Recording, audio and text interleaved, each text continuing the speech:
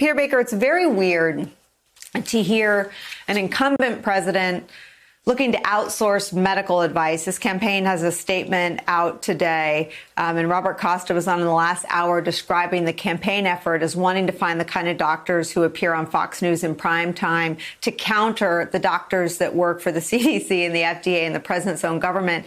And then to hear the challenger, in this case, former Vice President Joe Biden, quoting the doctors who work for Donald Trump, the FDA, the CDC, and the executive branch leaders in science and health that work for Trump. It just feels like the world is upside down. Well, look, this goes to the heart of President Trump's view of his government generally since the day he took office, whether it be the career intelligence officials, whether it be career law enforcement officials, whether it be the meteorologists at the National Weather Service who said there was no hurricane in Alabama.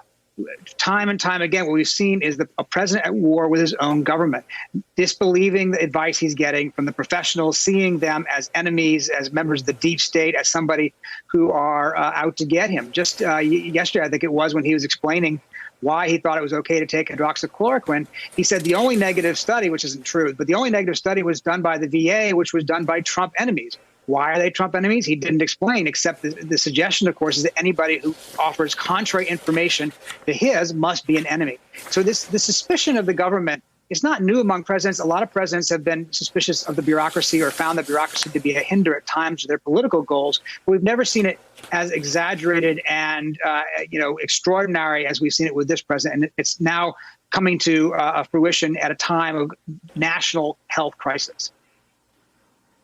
Peter, don't we have enough information now, though, to know that Trump was lying in the intelligence community, as is confirmed by the Republican-led Senate Intel Committee, confirmed the Senate intelligence assessment that Russia sought to aid Trump? Don't we have enough information that all the deep state conspiracies, the hurricane path, your news organization and others FOIA'd, the actual NOAA emails, we know those were lies. So we know that when Trump goes to war against the deep state, he's lying, and the government experts are telling the truth. Look, he has shown from the beginning that he creates his own reality to some extent.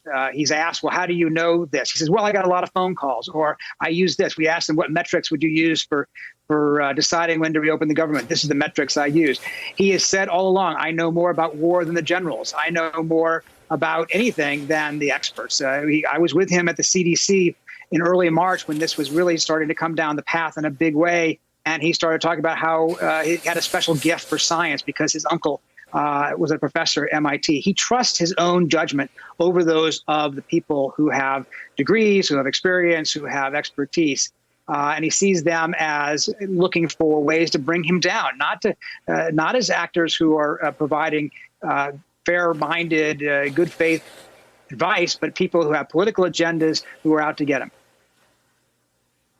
Dr. Patel, let's stick with the theme of the president and his lies. NBC News has done a fact check on Donald Trump's claim that frontline workers are taking hydroxychloroquine to prevent COVID-19.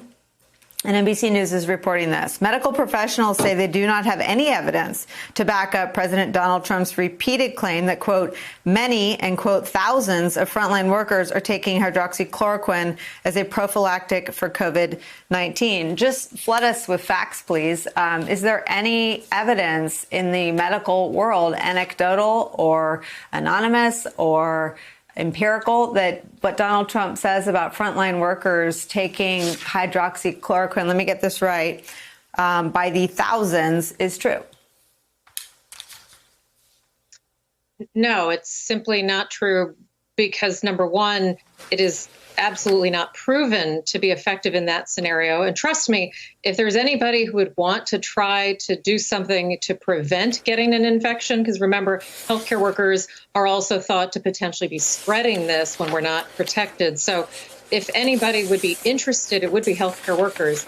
It is true that there are clinical trials which are still looking at whether or not there is science to support hydroxychloroquine. So far, several of those trials show that it can have an excess of negative side effects. But there are trials to look at whether there could be a use for hydroxychloroquine. And unfortunately, with the president kind of stating misinformation, it's obscuring the ability for science to actually find the real information. Dr. Patel, the voice of yours and others seems to be connecting with the American public. 83% of all Americans are concerned that lifting restrictions will lead to an increase in infections, and only 16% are not concerned. Does that at some level, maybe reassure people who, I know you watched Donald Trump with a combination of shock and concern? It does reassure me that I think Americans are listening to experts. I think they're also, honestly, they're facing their own mortality, because the truth is this virus knows no boundaries. And in fact, we have seen that very healthy people of all ages, but especially young, healthy people, are succumbing to this virus. So I do think, Nicolle, it does give me comfort. And really what we need now is to move to a place where we can get actionable data, metrics, guidance. Everybody has accepted that we need to figure out how to reopen schools, the economy, workplaces. But instead of offering that federal guidance or that leadership, we're kind of displacing that responsibility to local employers who don't have this knowledge or resources, to local schools that have always been under-resourced, and to parents like you and me and others who are struggling to understand fact from fiction. But I'm hoping the facts win out, so your numbers do comfort me. Ron Klain, you're here wearing both hats as an advisor to Joe Biden. We showed a little bit of his sound at the top, as well as someone who coordinated the federal government's response to the deadly Ebola outbreak. Let me show you the president responding to a question from a reporter about reopening the economy, allegedly by Trump's own utterances, his top priority, but for some reason he didn't want to answer questions about it. Let's watch and talk about it on the other side.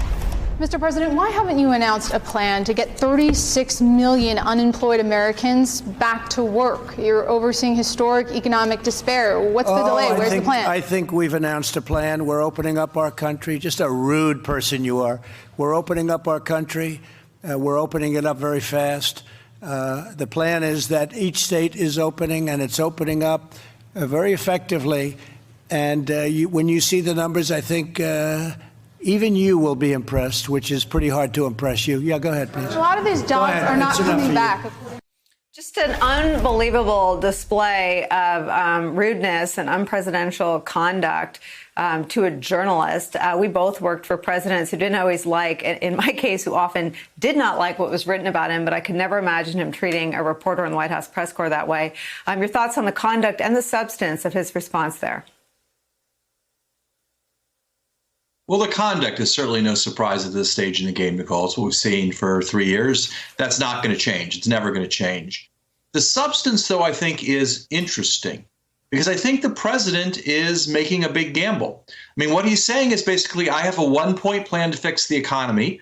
We're going to hang up "we're open" signs, and that's my plan. That's it. Judge me on that.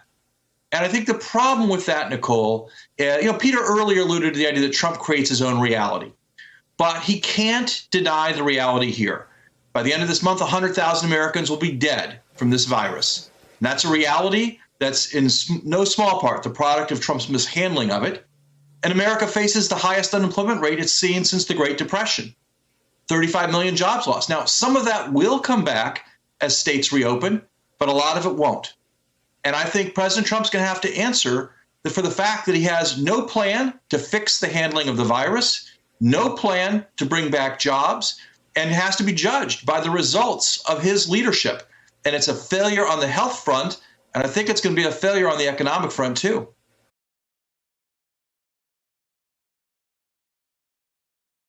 Hey there, I'm Chris Hayes from MSNBC. Thanks for watching MSNBC on YouTube. If you want to keep up to date with the videos we're putting out, you can click subscribe just below me, or click over on this list to see lots of other great videos.